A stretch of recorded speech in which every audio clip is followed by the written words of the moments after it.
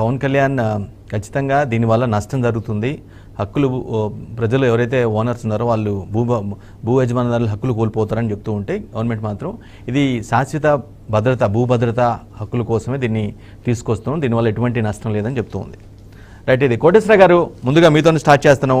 ఈ land titling యాక్ట్కి సంబంధించి మీ observation ఏంటి? ప్రధానంగా మీరు ఏం నోటీస్ చేశారు? ఇప్పుడు మన దేశంలో భూమి అనేటువంటిది రాష్ట్రాలకు సంబంధించినటువంటి అంశం అయితే కేంద్రం కూడా ఏదైనా ప్రజా ప్రయోజనాల కోసం తీసుకోవచ్చు, అది వేరే. కానీ భూ రికార్డులు అనేటువంటివన్నీ కూడా రాష్ట్ర ప్రభుత్వాలు నిర్వహించాల్సినటువంటి జాబితాలో ఉన్నది. వివిధ రాష్ట్రాల్లో వివిధ చట్టాలు కానివ్వండి లేదా వివిధ పద్ధతులు ఎప్పటి నుంచో వచ్చినటువంటి పద్ధతుల కారణంగా అనేక వివాదాలు ఉన్నమాట వాస్తవం. ఆ వివాదాలన్నింటినీ పరిష్కరించాలని స్వాతంత్రం వచ్చినప్పటి నుంచి రైతులు, రైతు సంఘాలు ఎప్పటి నుంచి కోరుతూనే ఉన్నారు. కానీ సమగ్రమైనటువంటి సర్వే లేకపోతే దానికి సంబంధించినటువంటి చర్యలు ఏవి కూడా ఇంతవరకు తీసుకోలేదు.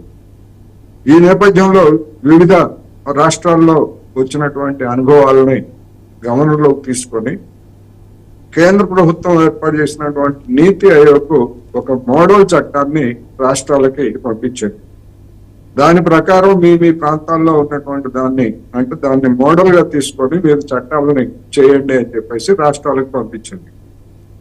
ఆ మేరకు వచ్చినటువంటి ముసాయిదా చట్టాన్ని 2022 సెప్టెంబర్లో అసెంబ్లీలో బిల్లుని ప్రవేశపెట్టి దాన్ని ఆమోదించారు.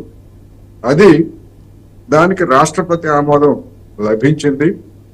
పోయిన ఏడాది అక్టోబర్ నుంచి అది అమల్లోకి వచ్చిందని 512 జీవో ద్వారా రాష్ట్ర ప్రభుత్వం గెజెట్ నోటిఫికేషన్ కూడా చేసింది. అందువల్ల ఒక విధంగా చెప్పాలంటే సాంకేతికంగా ఆ చట్టం ఇప్పటికీ అమల్లోనే ఉన్నది. అయితే ఇక్కడ జరిగింది ఏమిటంటే మన పోలవరం ప్రాజెక్టు కట్టకుండా, రిజర్వాయర్ కట్టకుండా కాలువలు తవ్వినట్టుగా ఇక్కడికి వచ్చేసరికి ఏంటంటే ముందు చట్టం చేసి కూర్చున్నారు. ఆ చట్టాన్ని అమలు జరిపేటువంటి వచ్చేటువంటి ఇబ్బందులు ఏమిటి, దాన్ని ఏ విధంగా ఆ ఇబ్బందులకు అనుగుణంగా ఆ చట్టంలో ఎలాంటి నిబంధనలు పెట్టాలి, ఏ విధమైనటువంటి రక్షణలు కల్పించాలనేటువంటి సర్వే కానివ్వండి లేదా అలాంటి జాగ్రత్తలు కానీ రైతు సంఘాలతో కానీ లేదా రైతులతో కానీ చర్చించి, అంటే కొన్ని గ్రామాలని ప్రామాణికంగా తీసుకొని సర్వే చేసి చర్చిస్తే అనేకమైనటువంటి అంశాలు వెలుగులోకి వచ్చి ఉండేవి. కానీ దురదృష్టం ఏంటంటే ప్రభుత్వం అటువంటి ముందస్తు జాగ్రత్తలు తీసుకోకుండా, అటువంటి సర్వేలు చేయకుండా కేంద్రం నుంచి వచ్చింది కదా అని చెప్పేసి సిద్ధం సమితి అన్నట్టుగా దాన్ని అసెంబ్లీలో పెట్టి ఆమోదింపజేసుకుంది. ప్రతిపక్షంగా ఉన్నటువంటి తెలుగుదేశం పార్టీ కూడా ఆ బిల్లును పెట్టినప్పుడు ఇప్పుడు ఏవైతే వివాదాలు లేవనెత్తుతా ఉందో అప్పుడు అటువంటి వివాదాలని వాళ్ళు కూడా లేవనెత్తినట్టు కానీ లేదా ఇంత చర్చ కానీ ఆ రోజు జరగలేదు అనేటువంటిది ఒక వాస్తవం. ఏమైనప్పటికీ ఆ బిల్లు చట్టరూపం దాల్చింది. ఆ చట్టాన్ని ఇప్పుడు వీళ్ళు ఏం చెప్తున్నారు, వైసీపీ వాళ్ళు, అభ్యర్థి అది ఇంకా రూపకల్పన దశలోనే ఉంది అని చెప్తున్నారు. రూపకల్పన దశలో ఉంది, చట్టం రూపకల్పన దశలో లేదు. చట్టం పూర్తిగా అమల్లోకి వచ్చింది. ఆ చట్టాన్ని అమలు జరిపేందుకు అవసరమైనటువంటి విధి విధానాలని లేదా పద్ధతిని రూపకల్పన చేయడానికి వీళ్ళు సిద్ధమవుతున్నారు. అందువలన ఇప్పుడు వచ్చేసరికి కొన్ని గ్రామాల్లో ఇప్పటికే కొన్ని సర్వేలు చేశారు. ఆ సర్వేలు చేసిన దాని ప్రకారం నేను దాని గురించి కొంతమందితో మాట్లాడినప్పుడు పట్టాదారు పాస్బుక్ పేరుతోటి కొంత భూమి ఒక రైతు పేరుతో 2 ఎకరాలు 3 ఎకరాలు ఉంటే అది సర్వే చేసినటువంటి చోట్ల అనేక మందికి ఆ భూమి లేకుండా లేదు అనేటువంటి తేలింది. అంటే అది వేరే వాళ్ళ కబ్జాలో ఉండడం కానీ లేదా అది ఎక్కడుందో తెలియకపోవడం కానీ ఉన్నదనేటువంటిది ఒక అబ్జర్వేషన్. అందుకని ఈ విధమైనటువంటి సమస్యలు వస్తాయి అనేటువంటిది అందరికీ తెలుసు. అందుకనే ఒక గ్రామాన్నో 2 గ్రామాలను, మండలానికి ఒక గ్రామాన్నో లేదా ఒక మండలం మొత్తం సమగ్రమైనటువంటి భూ సర్వే చేసి తలెత్తినటువంటి సమస్యలు ఏమిటి అనేటువంటిది గ్రామ సభల్లో చర్చించి వాటికి పరిష్కారాలు ఎట్లా ఉండాలి ఏమిటి అనేటువంటిది గ్రామ సభల్లో తేల్చుకున్న తర్వాత చేస్తుంటే ఈ విధమైనటువంటిది వచ్చుండేది కాదు.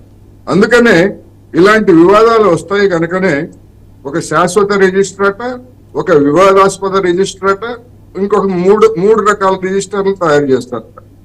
3 రకాల రిజిస్టర్లు అవసరమే ఉంది. పట్టం ఒకవైపేమో ఒక భూమికి ఒక పట్టానే స్పష్టంగా ఉండాలని చెప్తూ 3 రకాల రిజిస్టర్లు తయారు చేస్తామని చెప్పేసి చెప్తున్నారు.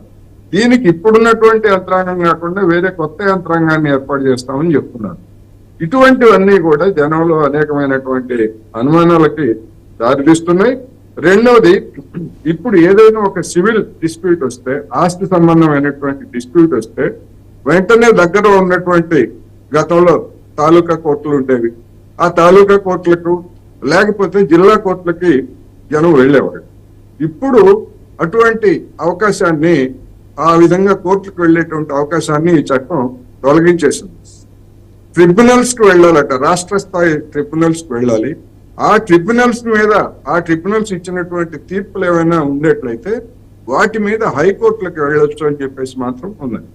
అంటే ప్రాథమిక జిల్లా స్థాయిలో కానివ్వండి లేదా పూర్వ తాలూకాల స్థాయిలో ఉన్నటువంటి కోటేశ్వర గారు సూటి ప్రశ్న ఎగ్జాక్ట్ గా రైట్. మీరు కొంత స్టడీ చేసినట్టుగా అర్థమవుతుంది మీరు చెప్తున్న పాయింట్లు బట్టి.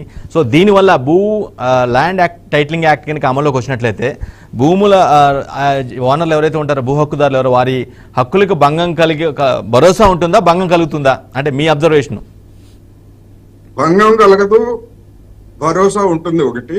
అయితే ఏంటంటే ఇప్పుడు తెలంగాణలో ధరణి పోర్టల్తో వచ్చినటువంటి చిక్కులు ఏవైతే ఉన్నాయో అదే విధమైనటువంటి చిక్కులు, కొత్త చిక్కులు ఆంధ్రప్రదేశ్ లో కూడా తలెత్తేటువంటి అవకాశం ఉంది.